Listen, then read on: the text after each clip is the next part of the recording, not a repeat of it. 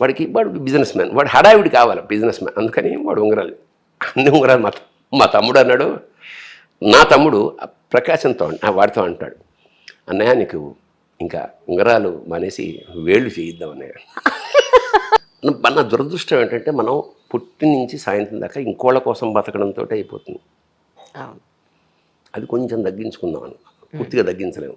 కానీ ఇన్నాళ్ళలో ఎప్పుడైనా ఏదైనా సరే మీరు సంతోషంగా ఉన్నప్పుడు లేదంటే ఒక లోగా ఉన్నప్పుడు మీరు పాడుకునే పాట అంటే ఏం చెప్తారు? ఆట కదా రాసివా. అవునా? మరి కదా, ఇంకోటి పాట నేను పాడుకోవాల్సి నాకేం కర్మ, నేనే రాసు. అదే నేను అనుకుంటుంటా, స్నానం చేస్తున్నప్పుడు రకరకాల పాడుతూ ఉంటా కదా. ఎంత ఒంటరి, మా నాన్నగారు పోయినప్పుడు రాసుకున్నప్పుడు, ఎంత ఒంటరివాడనయ్యా శివ,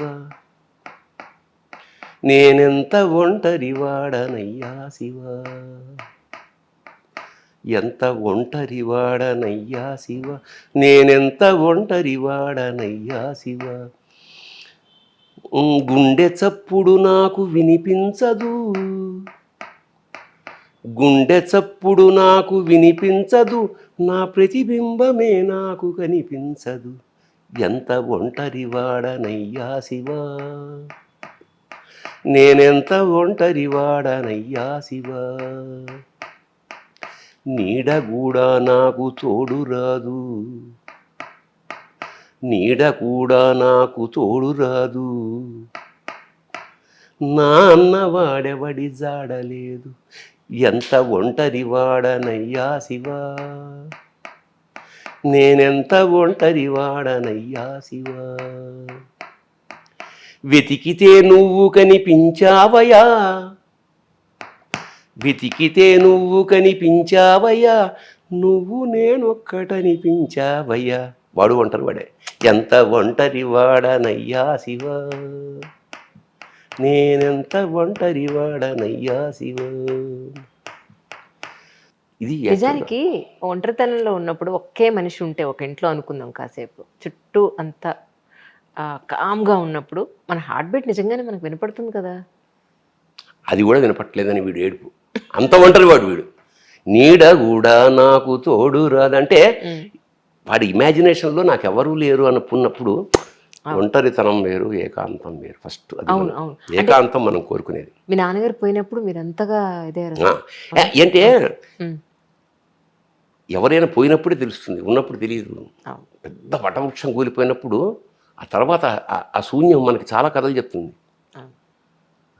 దీని మీద పక్షులు ఉండేవా, గూళ్ళు ఉండేవా, కోతులు ఉండేవా, ఆకులు గలగలలు ఉండేదా, నీడు ఉండేదా, ఇంతమందికి ఫలాలు ఇచ్చేదా, ఇది లేదా ఇప్పుడు, ఉన్నప్పుడు తెలియదు. మా నాన్న చాలా కష్టపడ్డాడు, ఆయన కంటి నీరు ఎప్పుడు నేను చూడలే. నాకు తెలిసి ఆయన కళ్ళల్లో నీరు పడ్డా నాడు చూడలే. మరి ఎట్లా ఈడ్చుకొచ్చాడో. ఇవాళ 2 పిల్లలు ఉంటే చచ్చిపోతున్న కింద మీద పడి 7 బంధువులు, చెల్లెళ్ళు, అసలు పెద్ద సంసారం. ఒంటెద్దు బండి, ఎల్బిసి రామ్ రాసిన నాటకంలాగా. ఆయన దగ్గర నేను డబ్బులు కొట్టేస్తుండేవాడు. ఇది బాల్య చాపల్యం. తర్వాత లాస్ట్ ఫేస్లో పాపం ఆయన ఇక్కడ బాగా ఎంజాయ్ చేశాడు నా సక్సెస్ని అంతా. అప్పుడప్పుడు 1000 రూపాయలు జేబులో పెడుతుంటే ఎందుకురా నాకు అనేవాడు. చిన్నప్పుడు నేను కొట్టేసి నా 10 రూపాయలకి వడ్డీ అనేవాడు. ఏడిసేవలేరా అట్లా. అంటే నాకు మనకి తల్లి యొక్క గొప్పతనం ఎప్పుడు తెలుస్తుందంటే మనం తల్లి అయినప్పుడు. మనం తండ్రి యొక్క గొప్పతనం మనం తండ్రి అయినప్పుడు తెలుస్తుంది. ఒరే అంచేత అలా అప్పుడు ఆయన ఆల్మోస్ట్ చివరి దశ. అప్పుడు నేను రియలైజ్ అయ్యా, అరే ఇంత కష్టపడ్డాడు పాపం. అప్పుడు ఆనాడు తిట్టాడంటే అసహనం వల్ల పాపం వాళ్ళకి డబ్బు లేక, అది చెప్పుకోలేక, అందరికీ అడ్జస్ట్ చేయలేక ఆ మధ్యతరగతిలో ఉండే మదనం ఒక్కడే పడ్డాడు అన్నమాట. అప్పుడు నేను చాలా కాలం రియలైజ్ అయ్యి ఆయన నువ్వు హాయిగా నీకేం కావాలండి అట్లా మా అమ్మ మా నాన్న మా కిందంతా ఓల్డేజ్ హోమ్ లాగా మా అమ్మ మా నాన్న మా మామయ్య మా అత్తయ్య, ఎందుకంటే మేనమామ కూతురు మా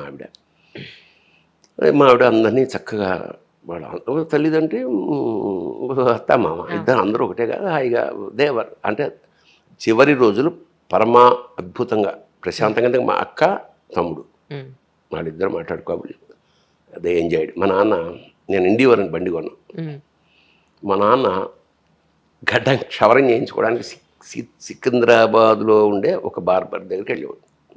అది కింద నేల మీద కూర్చుని వాడేదా 10 రూపాయలు. అది అప్పుడు చిలకలగూడలో ఉన్నప్పటి నుంచి మాకు రైల్వే క్వార్టర్స్లో ఉన్నప్పటి నుంచి అలవాటు. వాళ్ళు మా నాన్న మా ఇంట్లో ఏదైనా ఒక చాకలి ఎంటర్ అయ్యాడంటే వాడు 30 ఏళ్ళు. అయితే వాడు పోవాలి లేదా మేము పోవాలి, అట్లా స్టెబిలిటీ అంతే. మేము తీయడం అనేది ఉండదు, వాడు వెళ్ళిపోవాల్సిందే. నా దగ్గర కూడా నా డ్రైవర్స్ అయితేనేమి నా మేకప్ మ్యాన్ నష్ట ఏం చేసేవాడు, వచ్చి బండి మీద అలా కొట్టేవాడు. కొడితే మా డ్రైవర్ రమేష్ అని తాతగారు అనేవాడు. ఎలా వీడికి వాళ్ళ షూటింగ్ ఉందా అన్నాడు. ఉంది తాతగారు, కనుక్కోసారి ఎందుకు అనేవాడు. నేను లేకపోతే ఒకసారి గడ్డం చేయించుకు రావాలి. వీడు వచ్చి చెప్పేవాడు రమేష్, తాతగారు వాళ్ళ గడ్డం చేయించుకోవాలట, వెళ్ళమని నేను కంపెనీకి ఫోన్ చేసి నా కారు తెప్పించుకునేవాడు. ఈయన ఉద్దేశం ఏంటంటే ఇక్కడ క్షౌరం చేయించుకుంటే 50 రూపాయలు అడుగుతున్నాడు వాడు, అదే మనం అక్కడ చేయించుకుంటే పాపం 10 రూపాయలు. ఇదంతా ఆయనకు తెలియదు, ఇది మన బండి ఫ్రీ అని ఆయన ఉద్దేశం. ఓకే. వెళ్ళి సాయంత్రం దాకా అక్కడ ఒక్క వెంట్రుక తీసేవాడు. అంటే ఏళ్ల తరబడి కబుర్లు ఉంటాయి కదా, వాడు ఆ ప్రాంతం వాడు ఆ కబుర్లు అని చెప్పి మధ్య లంచ్ టైంకి వచ్చేవాడు అన్నమాట.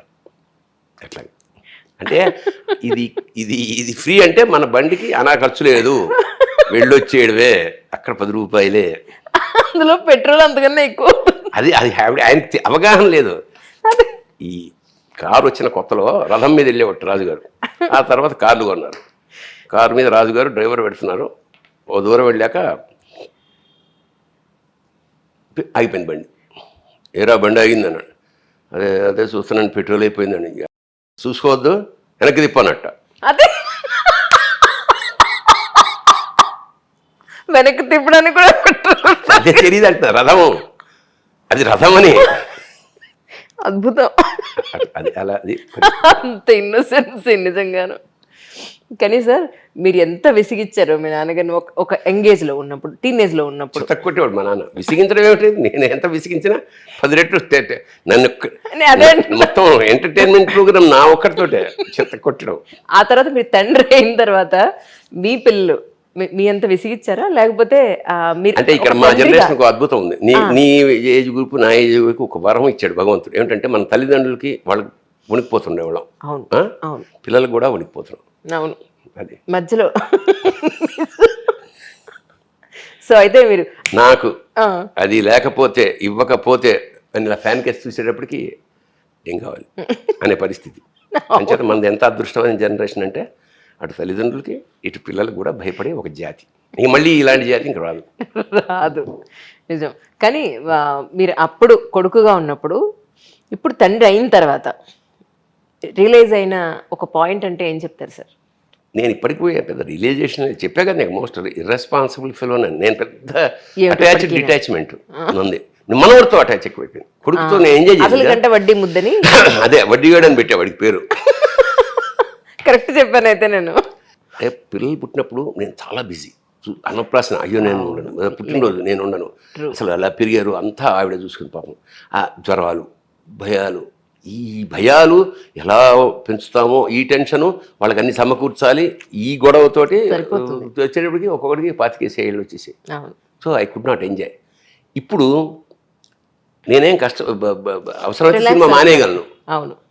నేను ప్రతి మూమెంట్ అంటే ఇప్పుడు మేము అవర్ ఫ్యామిలీ అని ఒకటి పెట్టుకున్నాం. ఆల్మోస్ట్ ఎవ్రీడే ఒక వీడియో అందులో పెడతారు వాళ్ళు. నాకు ఎక్కడైనా నేను వేరే చూసుకోవడం, అది నాకు విపరీతమైన ఎంజాయ్మెంట్ ఇస్తుంది. అయ్యో ఇంత ఇంత ఎంజాయ్మెంట్ అంటే ఎందుకు వడ్డీ అన్నారు. అసలు మన బ్యాంకులో దాచుకున్నప్పుడు దాన్ని తీయం, దాని ద్వారా వచ్చిన వడ్డీ ఎందుకు ముద్దంటే ఇది అనాయాచితం అలా కదా, మనమే కష్టపడకుండా వచ్చింది. అది యాస్టిజ్గా ఉంటూ ఇది ఎక్స్ట్రా, ఈ ఎక్స్ట్రాని ఎంజాయ్ చేయడం. సో ఐఎమ్ ఎంజాయింగ్ విత్ వడ్డీగాడు. నువ్వు వచ్చే ముందు ఇక్కడ పీకి పందిరేసి వెళ్ళిపోయాడు అన్నమాట. సర్వజ్ఞ వాడి పేరు. సర్వజ్ఞ, అన్ని తెలిసినవాడు. అది ఎందుకు పెట్టాలనిపించిందో ఏమిటో కానీ వాడికి ఏకసంతాగ్రహి. ఒకసారి చెప్తే అంతే రిపీట్ చేస్తాడు. మొన్న నేను లేకుండా చూసి వాడికి కటింగ్ చేయించారు. పిల్లలు కటింగ్ చేస్తే ఎంత రెండోసారి ఫస్ట్ నేను ఉండగానే నేను పట్టుకున్నాను. వాడు కొంచెం మగ ఫస్ట్ గుండు ఏమో వాడికి చిన్నదేదో పెట్టి మోసం చేసాం తిరుపతిలో. అడే అంటున్నాడు, చేసేటప్పుడు గుండె అయింది, వాడికి తెలియదు పాపం. అది అమాయక దశలో మోసం. వీడిని పిలిపించి నాకు దత్తని ఇంటికి వచ్చేస్తుంటాడు వాడు ఫస్ట్ పట్టుకున్నప్పుడు మెల్లిగా ఇలా అని, వాడు అనేప్పుడు ఇలా అని, ఇలా ఏదో బాగా ఏడ్చాడు. నేను లేను, నేను ఎక్కడో వచ్చేటప్పటికి వీడికి అంటకత్తరేసింది. ఏంటంటే అబ్బో ఏడ్చారు అని అడిగా. వాడు ఇప్పుడు దత్తు ఏం చేశాడు, కటింగ్ ఎలా చేసాడమ్మంటే, మరి నువ్వేం చేసావు, నువ్వు ఎలా ఏడ్చాడు, డబ్బులు ఎలా వచ్చినావు అలా ఇచ్చాడు, అన్ని వాడే చెప్తాడు. అంటే ఏముంది, ఆ చిన్నపిల్లలు ఏ యాక్ట్ అయినా బాగానే ఉంటుంది. సినిమాలో కూడా బాగా పెద్దవాడు పండు ముసలు ఏం చేసినా బాగుంటుంది, చిన్నపిల్లవాడు ఏం చేసినా బాగుంటుంది, తప్పు చేసినా బాగుంటుంది. చిన్నపిల్లల స్కూల్లో మనకి ప్రోగ్రామ్స్ ఇస్తుంటారు కదా, నేను ఒకరికి తిరుపతి వెంకటకోల పద్యం రాసి ఇచ్చానమాట.